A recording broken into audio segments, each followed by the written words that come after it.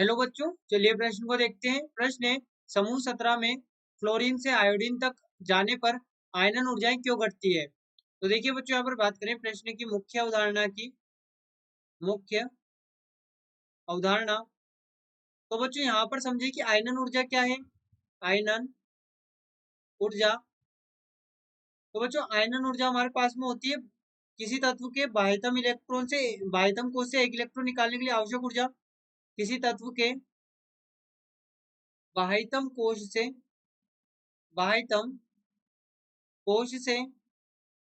एक इलेक्ट्रॉन निकालने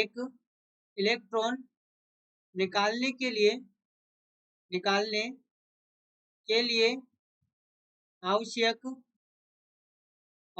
आवश्यक ऊर्जा, किसी तत्व के बाह्यतम कोश से एक इलेक्ट्रॉन निकालने के लिए आवश्यक ऊर्जा आयनन ऊर्जा कहलाती है। तो बच्चों देखिए, होता क्या है कि हमारे पास में जो क्लोरीन,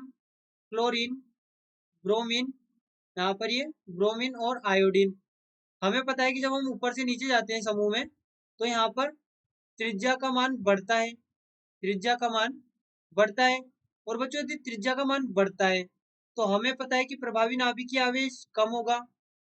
प्रभावी नाभिकीय आवेश कम होगा। अब कम क्यों होगा? जब त्रिज्या अधिक है, तो नाभिक से जो इलेक्ट्रॉन है बाह्यतम कोश के वे दूर है। बाह्यतम कोश के इलेक्ट्रॉन नाभिक से दूर है। जब त्रिज्या अधिक है तो वहां से इलेक्ट्रॉन के द्वारा, यहाँ पर नाभिक द्वारा जो इलेक्ट्रॉन पर आकर्षण होगा वो कम होगा।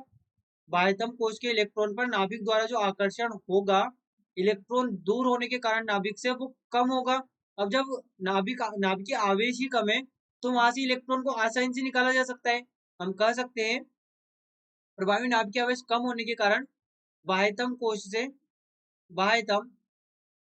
से इलेक्ट्रॉन को आसानी से निकाला जा सकता है। और बच्चों इसी कारण से यहाँ पर हमारे पास में जो समूह में जब हम ऊपर से नीचे जाते हैं, समूह में ऊपर से नीचे आयनन ऊर्जाएं घटती है या आयनन ऊर्जा घटती है।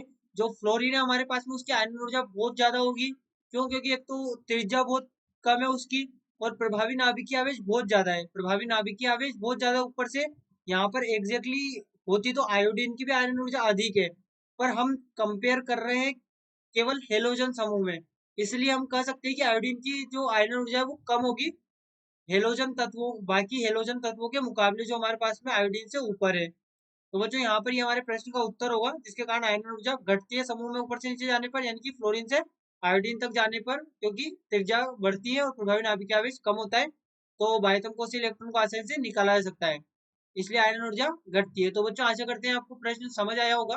धन्यवाद।